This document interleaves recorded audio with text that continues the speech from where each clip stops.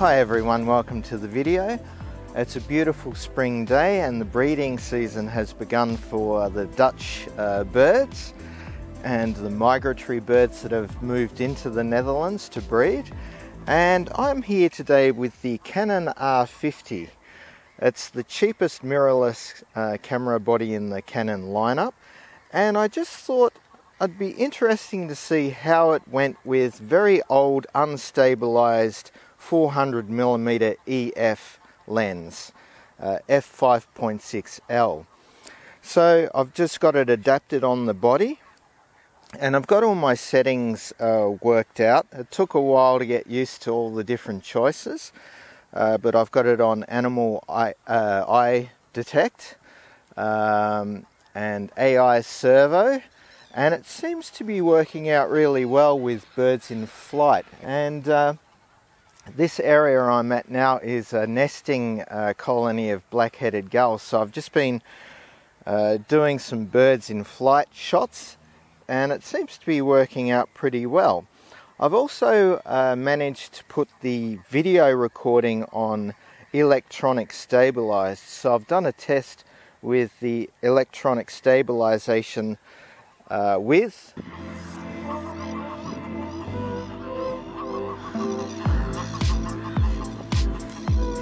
and without.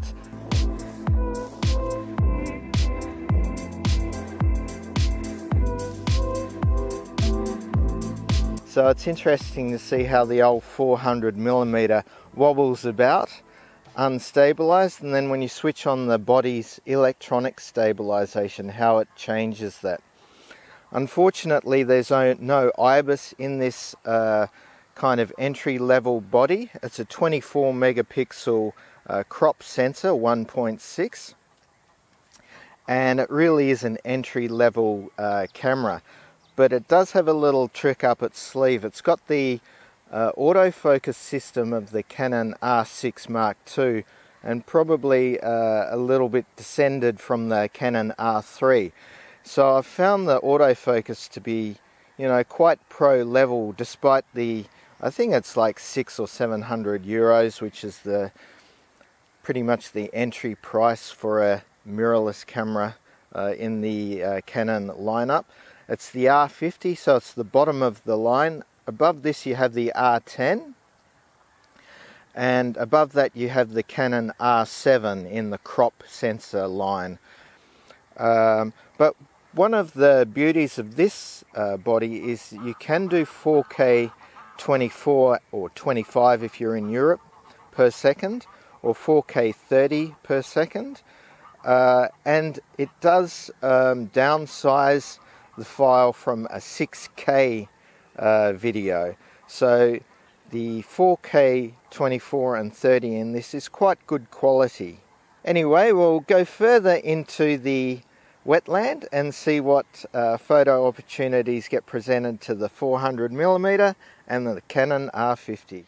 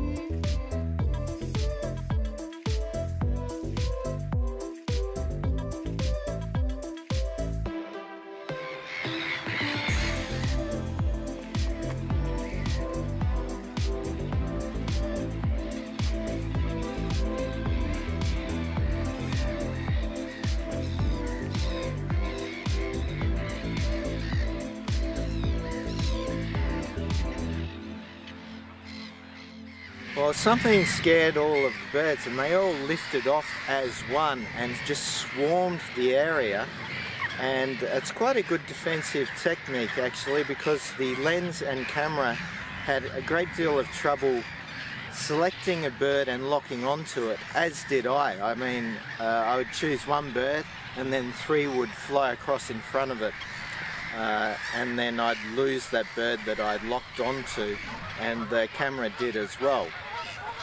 I'm shooting at 1/3200th of a second in C-RAW, and I'm on f6.3 at the moment, but I'm going to try shooting at f7.1 to squeeze a bit more image quality out of the lens. And it's such a bright day, it's not going to affect the ISO too much.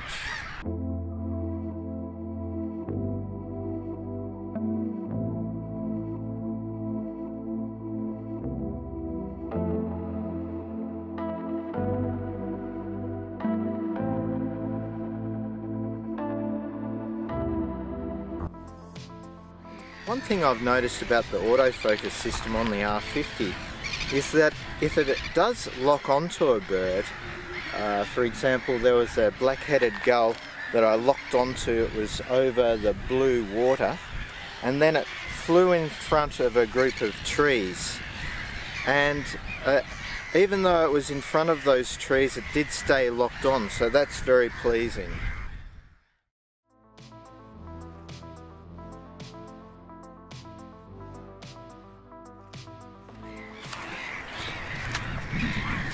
Oh, we've got a group of nice little tufted duck here.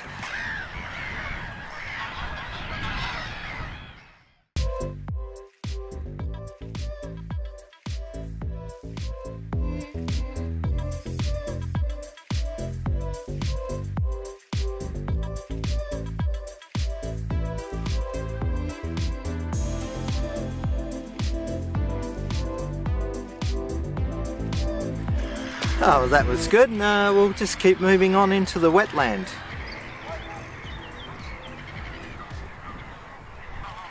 Way across the water there is a grey heron. He's sunning himself. He's probably about 50 yards away or 50 meters away. And it's a good chance to check the image quality of this crop sensor 24 megapixel body. Because I'm going to photograph him and then crop in and see what kind of image quality we get.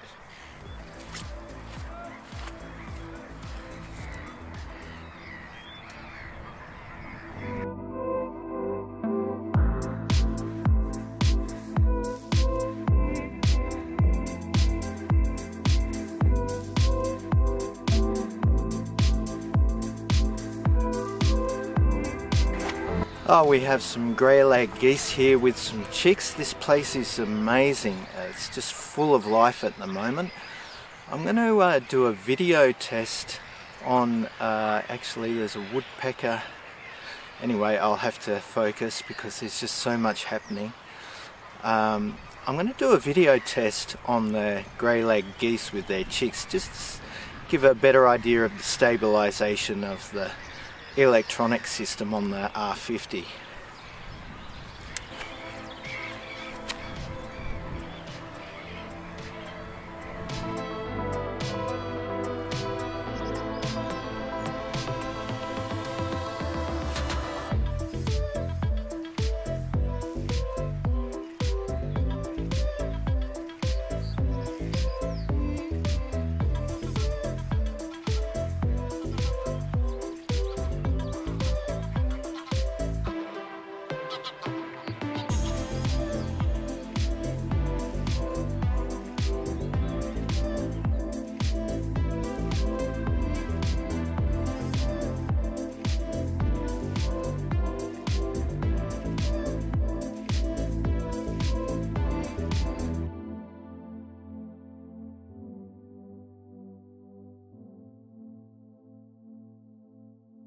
I have a lapwing on the pathway here, so I'm going to take a photo of it as it's just standing there looking at me.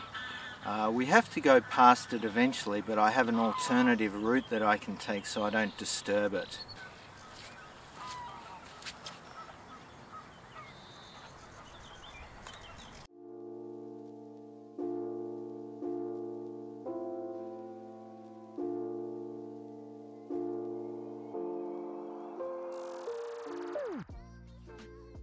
I couldn't get very low because my knees are not good at the moment, Normally I would get down on the ground and get a better angle. So I bumped up my shutter speed and I tried to get as low as I could. I'm not that happy with the shots, but it's always nice to get a photo of the lapwing in the bag.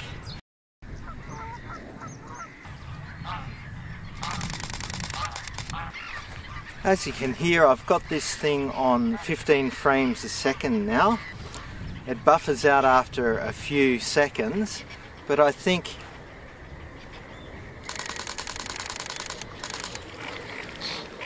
if you limit your bursts, you pretty much get away with it.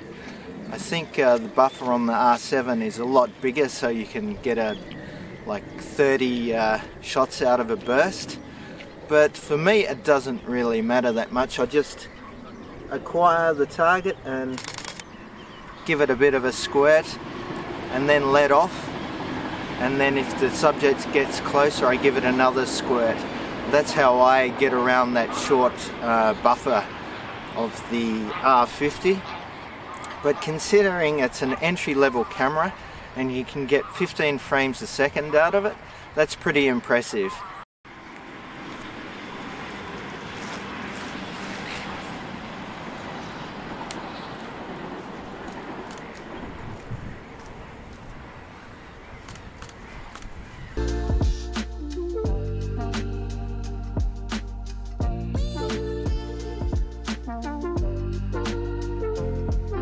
I'm going to see if I can get some video of these mallard ducks and their chicks.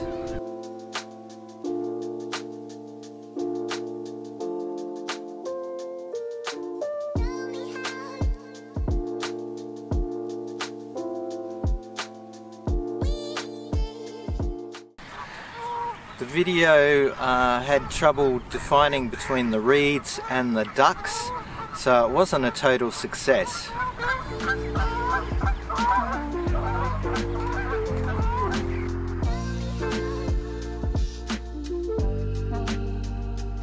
Managed to grab a few shots, but they're hugging the bank, so it's a bit challenging, but I got a couple of shots. There's nice light on their feathers, so that's nice.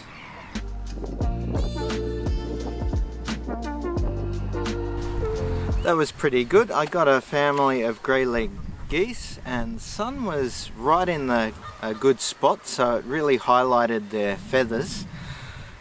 And the autofocus locked onto the center eye of the duckling, the gosling in the middle, and I managed to get a panning video shot from left to right.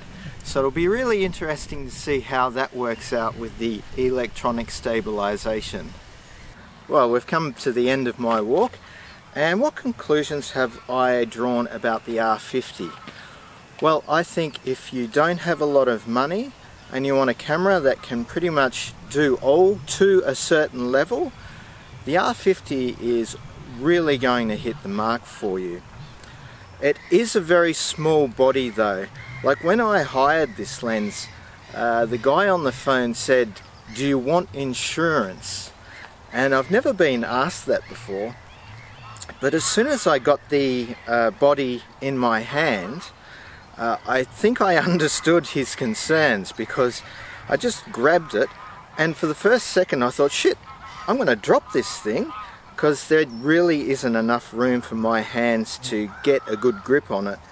And what I've noticed around the back is that you're kind of hesitant to really grab onto it, because you're going to touch all of these buttons and that could change your settings inadvertently. I'll just wait for this train.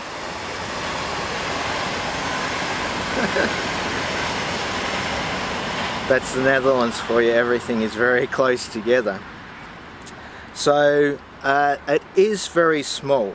Okay, but moving past that, as an entry-level camera, it does a lot. The focus system combined with the 400mm is super sensitive. It's great for the price. It locks onto birds in flight and keeps them there. It's borrowed from the R6 Mark II, or very similar at least. You can shoot 15 frames per second. however with a very short burst duration. And the image quality I'm more than satisfied with. Of course, I'm testing it on a bright sunny day, so you know, we're not really pushing the ISO levels except for when I was really bumping up the shutter speeds. But yeah, I think for the money you can't really go wrong. If you do focus on video a lot, I would probably suggest the R10 though. I'll wait for this train to go past. Yeah, the Netherlands, everything's very close together. Anyway, the R10 does have 60p at 4K, and if you're doing a lot of wildlife, the crop of that 4K could be very advantageous, especially if you're using only a 400mm lens. So my time here at the wetland has come to an end. I hope you enjoyed the video, and if you did, please give it a like, and I will see you guys in the next one.